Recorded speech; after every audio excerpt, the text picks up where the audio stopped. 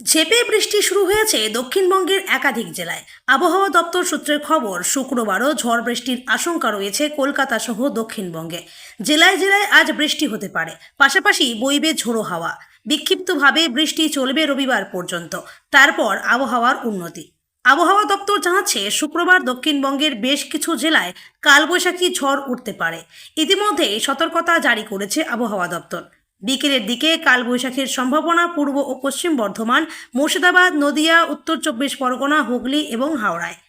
এদিন বজ্রবিদ্যুৎ সহ হালকা মাঝারি বৃষ্টির সম্ভাবনা রয়েছে উত্তর চব্বিশ পরগনা, পূর্ব মেদিনীপুর, পশ্চিম মেদিনীপুর, ঝাড়গ্রাম, পুরুলিয়া, বাঁকুড়া এবং পশ্চিম বর্ধমান সহ দক্ষিণবঙ্গের প্রায় সব জেলাতেই।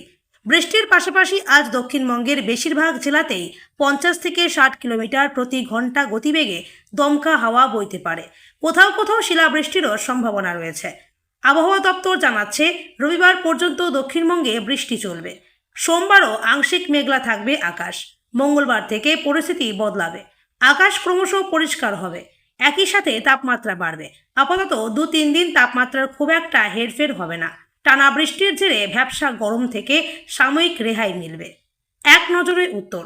শুক্রবার বৃষ্টির সম্ভাবনা উত্তরবঙ্গেও। বিক্ষিপ্তভাবে বজ্রবিদ্যুৎ সহ বৃষ্টির সম্ভাবনা দার্জিলিং, কালিম্পং, জলপাইগুড়ি এবং মালদা ও 2 দিনাজপুর জেলায়। বৃষ্টির পাশাপাশি দমকা ঝোড়ো বাতাস বইবে। 30 থেকে 40 কিমি বেগে ঝোড়ো হাওয়া এবং বজ্রবিদ্যুৎ সহ বৃষ্টি হতে পারে কোথাও কোথাও।